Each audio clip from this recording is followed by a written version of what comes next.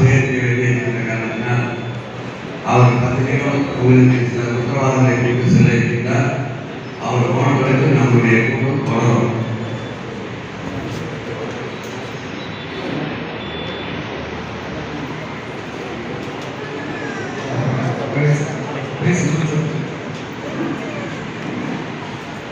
இப்படி ஒரு நிகழ்வை ஏற்பாடு செய்து உங்களெல்லாம் அழைச்சு கையிலிருந்து பணத்தை செலவழிச்சு அவன் 5 பைசாவோட தரல தங்கச்சி.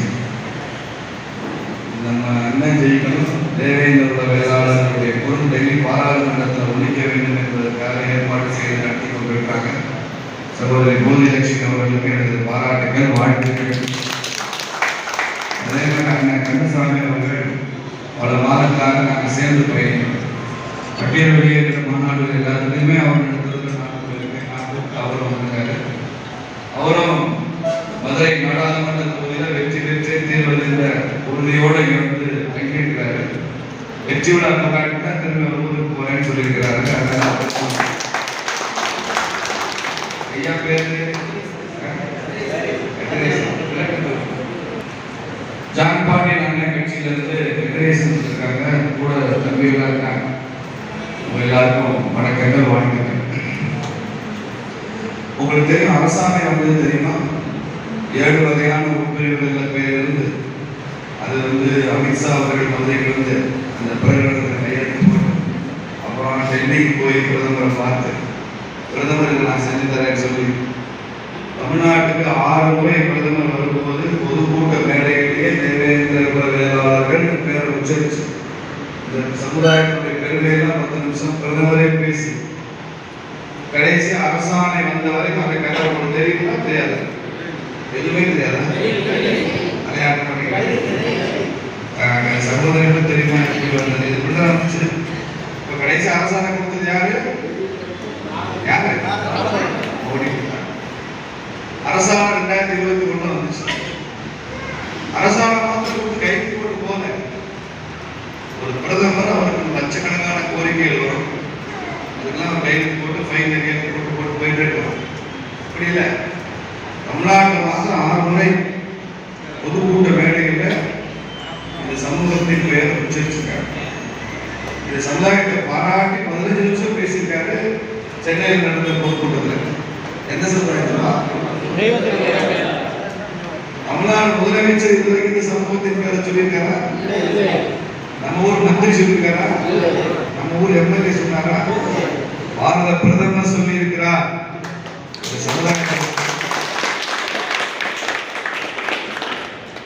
அப்படி அவர் அரசாணை கொடுத்ததுக்கு அப்புறம் மறுபடியும் நான் தான் பிரதமர் வேட்பாளர், எனக்கு வாக்களிக்க மக்களை இந்தியா முழுக்க சந்திச்சு வருகிற முதல் தேர்தல் தான். அவர் 3வது முறை பிரதமர் ஆகிறாங்க. ஆனா நமக்கு அரசாணை கொடுத்ததுக்கு அப்புறம் அந்த மகாராஷ்டிரா நிற்கிற முதல் தேர்தல் இதுதான். அப்போ இவ்வளவு பெரிய அரசாணை வந்திருக்கு, பெரிய எதிர்ப்பை தாக்கி வந்திருக்கு, இந்த சமூகம் பெருசா பேசப்பட்டிருக்கு. தமிழ்நாட்டில் எந்த கட்சியும் ஆதரிக்கிறதுக்கு ரிஸ்க் எடுக்க தயாரா இல்லாத நிலையில தனி ஒரு கட்சியா பிஜேபி அகில இந்திய அளவில் ஆதரிச்சிருக்கு. அப்படி ஒரு கட்சிக்கு, அப்படி ஒரு பிரதமருக்கு தாமரை சின்னத்தில் ஓட்டு போட்டிருக்கு. நமக்கு இங்க இருந்து தயக்கம் இருக்கா? நம்ம சமூக சார்ந்த தயக்கம் இருக்கா? இருக்குமா? அப்படி தயக்கிறாங்கன்னா நீங்க போய் சரியா சொல்றதே இந்த விஷயம் நமக்கு தெரியல. அரசாணை எப்படி வந்தது? மோடி ஐயா என்ன செஞ்சாரு? அமித்ஷா என்ன செஞ்சாரு? இப்போ இந்த அமித்ஷா வரைக்கும் எடுத்துட்டு போய் நரேந்திர மோடிக்கு எடுத்துட்டு போய் அவங்க எல்லாம் இதை வந்து கவனிக்க சொல்லி இந்த அரசாணை முழுசா வர்றதுக்கு ஒருத்தர் காரணம் வந்தார். மதுரை பேர் தெரியுமா உங்களுக்கு?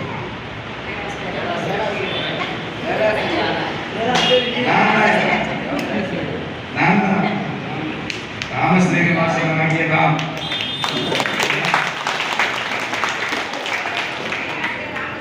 உங்களுக்கு நடிகர் யோகி பாபு தெரியுமா? தெரியுமா? கேள்விப்பட்டிருக்கீங்களா? யோகி பாபுன்னு ஒரு நடிகர் இருக்கு. புரோட்டா சூரி தெரியுமா? அதெல்லாம் தெரியும். நம்ம சமுதாயத்தை யார் உயர்த்துறாங்கன்னு தெரியாது. அதுவும் புரோட்டா சூரி தெரியும், நயன்தாரா தெரியும், சினிமாக்காரன்னு தெரியும். தப்பு இல்லை, தெரிஞ்சுக்கங்க. ஆனா சமூக உயர்வுக்கு யாரெல்லாம் உழைச்சிருக்காங்க சேர்ந்து தெரிஞ்சுக்கணும் இல்லையா? அதனால இதுதான் பின்னணி. இப்ப அடுத்த கட்டமா இந்த சமுதாயம் பட்டியலில் இருந்து வெளியேறப்படுது. இங்க இருக்கிற எல்லாருக்கும் உடன்பாடா? எல்லாருக்கும் இஷ்டமா? எல்லாருக்கும் இஷ்டமா? பட்டியல் வேண்டாம், நாங்க எஸ்சி இல்லை அப்படின்னு சொல்றது தயாராக சொல்றோம். இது நாடு முழுக்க பெரிய சவால். ஏன்னா இவ்வளவு நாளா நம்ம தமிழ்நாட்டில் திராவிட கட்சிகளை என்ன சொல்லி வளர்ந்துருக்காங்கன்னா, சமூக நீதினால ரிசர்வேஷன், இடஒதுக்கீடு தான். இடஒதுக்கீடு வந்தா தான் எத்தனை % ரிசர்வேஷன் தான் சோஷியல் ஜஸ்டிஸா இருக்குன்னு அர்த்தம், சமூக நீதி இருக்குன்னு அர்த்தம். இப்படி சொல்லி சொல்லி வளர்ந்துருச்சு. எங்களை எத்தனை % கொடுப்பாரு, எத்தனை % உள்ஒதுக்கீடு கொடுப்பாரு, இது வளர்ந்தது. இப்போ அவங்களுக்குலாம் என்ன அதிர்ச்சியா இருக்குன்னா, நம்ம இப்படிலாம் சொல்லி ஒரு 50-60 வருஷமா காலத்தை தயார் பண்ணி வச்சிருந்தோம். ஆனா இங்க ஒரு சமுதாயம் மொத்தமா எழுந்துருச்சு, நான் எஸ்சியே இல்லை, நாங்க பட்டியலில் வெளில போகணும்னு சொல்றாங்க, எங்களுக்கு இடஒதுக்கீடு வேண்டாம்னு சொல்றாங்கன்னு அதிர்ச்சி அடைஞ்சு போயிருக்காங்க. அதனால ஒரு கோரிக்கைன்றது ஏதோ ஒரு பெரிய நிகழ்ச்சி இல்லை, பட்டியலிருந்து வெளியேற நிலையில் ஒரு கோரிக்கை அல்ல, இது ஒரு புரட்சி. அதை தெரிஞ்சுக்காங்க. இது ஒரு மகத்தான மௌன புரட்சி, மக்கள் புரட்சி. இந்த கோரிக்கை வைக்கிறதுக்கு இந்தியாவில் எந்த சமுதாயம் தயாராக, எந்த சமுதாயம் தயாராகாத ஒரு ரிஸ்கை தேவேந்திர சமுதாயம் எடுத்திருக்கு அப்படிங்கிறது தான் நம்முடைய பெருமை, நம்மளுடைய பாராட்டு. இப்போ இதை ஆதரிச்சு பேசணும். யாராவது ஒருத்தர் பிள்ளையார் சொல்லி போடணும்ல, பலசரக்கடை பட்டியல் போடுறோம். ஒரு கல்யாண வீட்டில் பலசரக்கு ஜாமான் 100கணக்கான ஜாமான் தேவைப்படும். பட்டியல் போட்டு எடுத்து கடையில் கொடுப்போம். அப்படி கல்யாண சிட்டை போடுறப்ப மேலே ஒரு முதல்ல என்ன பொருள் எடுக்கும்? பிள்ளையார் சொல்லி என்ன பொருள் எடுக்கும்? மஞ்சள், ஏதோ ஒன்று முதல்ல ஆரம்பிக்கணும்ல. அப்போ அதுக்கப்புறம் மனமான சிட்டை நிறையா வந்துடும். ஆரம்பிக்கிறப்ப மஞ்சள்னு கொண்டாரு. அப்படிதான் பட்டியல் வெளியிடுறதுக்கு தமிழ்நாட்டிலேயே முதல் முறையா மதுரை நாடாளுமன்ற தொகுதியில தேர்தல் வாக்குறுதி கொடுத்து நான் இதை நிறைவேற்றுவேன் சொல்லியிருக்கேன். அந்த தேர்தல் வாக்குறுதிக்கு கையெழுத்து போட்டிருக்கேன். என் கையெழுத்து போட்டு சொல்லியிருக்கேன். அது பிரிண்ட் இருக்க உங்களுக்கு அது வாசனம் பிரிண்ட் அச்சடிச்சு வரும். ராம சேவாசனாகியலாம் அமைச்சரா பதவிக்கு வருமான தேவேந்திர குல வேளாளர் சமூகத்தின் பட்டியல் வெளியேற்ற கோரிக்கை வலுவடைந்து வருவதா? இது சமூக நீதி பற்றிய ஒரு புதிய புரிதலை இந்திய அரசியல் களத்தில் உருவாக்குகின்ற காரணத்தால் அக்கோரிக்கை நியாயம் என்று கருதுகிறேன். நான் மதுரை பாராளுமன்ற உறுப்பினராக தேர்ந்தெடுக்கப்பட்டு டெல்லி செல்லும் போது பட்டியல் வெளியேற்ற கோரிக்கைக்கு முழு மனதுடன் பாடுபடுவேன் என்று உறுதியளிக்கிறேன். ஒன்றும் இல்லைங்க, நான் இங்கே பேசினா இது நடக்கிறதுக்கு ஒரு 5 வருஷம் ஆகுதுன்னா, நான் டெல்லியில போய் பேசினா 1 வருஷத்துல நடக்கணும். இங்க பேசுறத டெல்லியில பேசணும். எங்க பேசணும் அங்கே தானே பேசணும். ஒரு இந்த கதவெல்லாம் போயிட்டு தூங்கிட்டு இருக்காருன்னு வச்சுங்க, அவரை எழுப்பணும்னா கதவு தட்டணும், காலிங் பெல்ல தட்டணும்.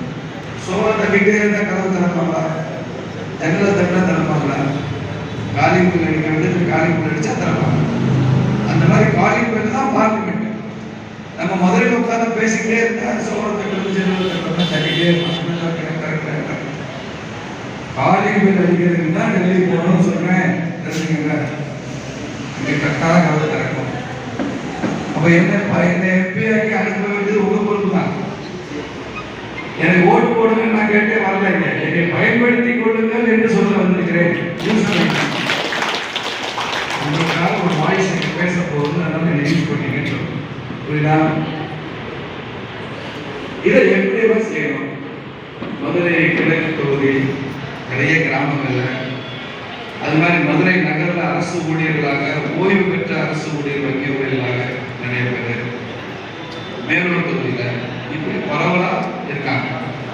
எங்கெங்க இருக்காங்க, எங்க அடர்த்தியா இருக்காங்க, எங்க கொஞ்சமா இருக்காங்க, எங்க அதிகாரிகளா கவர்மெண்ட் அபிஷியல்ஸா ரிட்டையர்டா இருக்காங்க, வேற ஊர்ல வேலை செஞ்சிருப்பாங்க, ரிட்டையர்ட் ஆனதுக்கப்புறம் மதுரை வந்து செட்டில் ஆயிருக்காங்க. அப்படின்னு நிறைய பேர் இருக்காங்க. இதெல்லாம் பட்டியல் லிஸ்ட் இருக்கு. நம்ம டேட்டா எல்லாம் நம்ம எதுவுமே செய்யணும். சும்மா கண்ணை கட்டினா அதெல்லாம் நிறைய இருக்கு, நிறைய இருக்கு. நீங்க ஒரு 500 பேர் சொல்றேன்னு தெரியாது.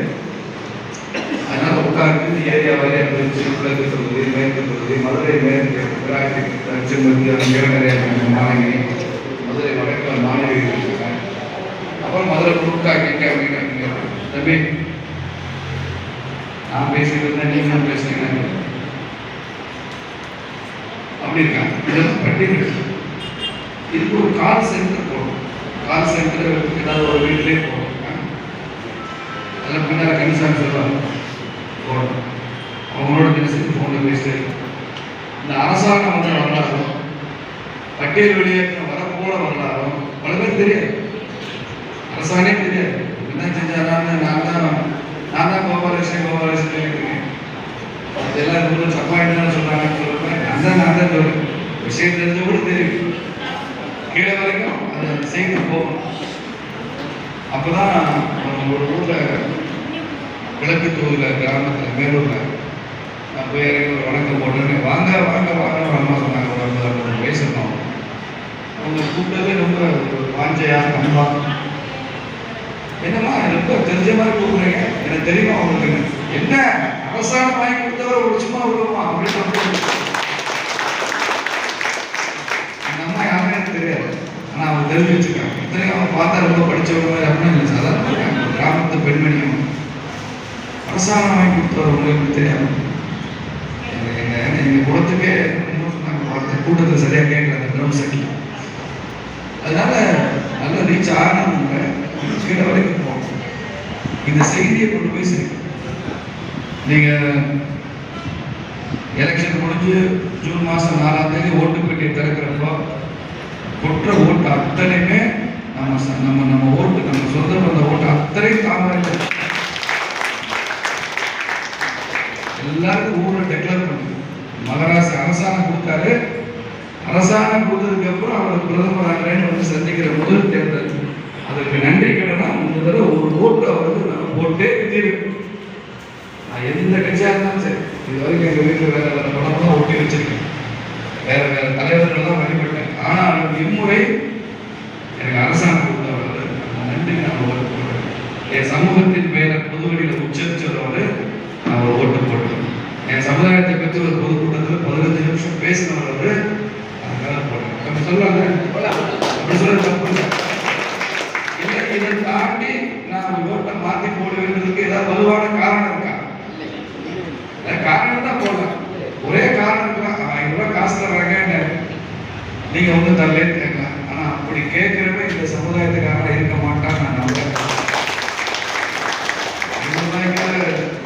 ஓட்ட நிற்கிற ஆள் இல்லை அம்மா. அதனால அதை உறுதியாக இருக்கு. இதை பேசுற மக்கள் இங்க இருந்து டெல்லியில் போய் நம்ம எம்பியாக உட்கார்றப்ப இது ஏதோ ஒரு தனிநபருக்கு எம்பி பதவி கிடைச்சுன்னு அர்த்தம் இல்லை. பட்டியல் விட்டு இந்த சமூகம் வெளியேறணும் அந்த கோரிக்கைக்கு எம்பி பதவி கிடைச்சிருக்கு. ஒரு பெரிய சமுதாயத்தின் ஆளுநருக்கு ஒரு எம்பி பதவி. நாம போய் நம்ம சமுதாயம் 1 கோடி பேர் போய் டெல்லியில் பேச முடியாது. 1 கோடி பேர் டெல்லிக்குள்ள கொண்டே விட முடியாது. தாங்காது டெல்லி. பார்லிமெண்ட்டுக்குள்ள போய் 1 கோடி பேர் பேச முடியுமா? முடியாது.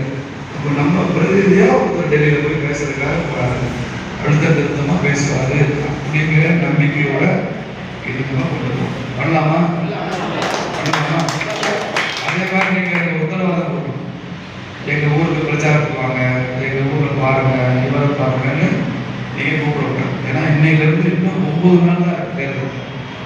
நான் வந்து 15 நாள்ல 15 லட்சம் மக்களை சந்திக்கணும். காலையில இருந்து ராத்திரி வரைக்கும் ஒரே பிரஷர். பணம் பிரச்சனை, நேரம் பிரச்சனை, அலைச்சல் பிரச்சனை, வெயில் பிரச்சனை, எலெக்ஷன் கமிஷன் பிரச்சனை, எதிர்கட்சி பிரச்சனை, உள்கட்சியிலேயே பிரச்சனை. உள்கட்சியிலுமே கோஆர்டினேஷன்லாம் பண்ணணும். பேசி பேசி பேசி தொண்டை யாருக்கும் அப்படியே ஸ்ட்ரெயின் ஆகும். அதனால நான் வந்து என்ன நினைக்கிறேன், என்ன சொல்றேன், கந்தசாமியும் கோதிலட்சுமி என்ன சொல்றாங்க, எங்க ஏரியாவுக்கு நீங்க வரவே நாங்க இருக்கும்போது நீங்க வந்தா பாரு எங்களுக்கு என்ன மரியாதை. இப்போ வந்து உங்க வீட்டுக்கு நான் வரேன், சாப்பாடு கொடுக்குறீங்க, சாப்பிட்டுட்டு அந்த பாத்திரத்தை நானே கழுவுறேன்னு வச்சுக்கிறேன். என்ன சொல்றீங்க? நான் இருக்கிறப்ப நீங்க கழுவக்கூடாது என்ன சொல்றீங்க? நாங்க இருக்கிறோம் வாங்கி கழுவுறீங்க. அதான் பெருந்தது. அது வேணாம், நாங்க இருப்போம், நீங்க வரக்கூடாது. நீங்க போய் மற்ற சமுதாயம்லாம் பாருங்க. தொகுதி பெருசு, மற்ற எல்லா ஓட்டையும் பாருங்க, திமுக ஓட்டெல்லாம் வாங்கிப்பாங்க, அண்ணா திமுக ஓட்டெல்லாம் வாங்கிப்பாங்க.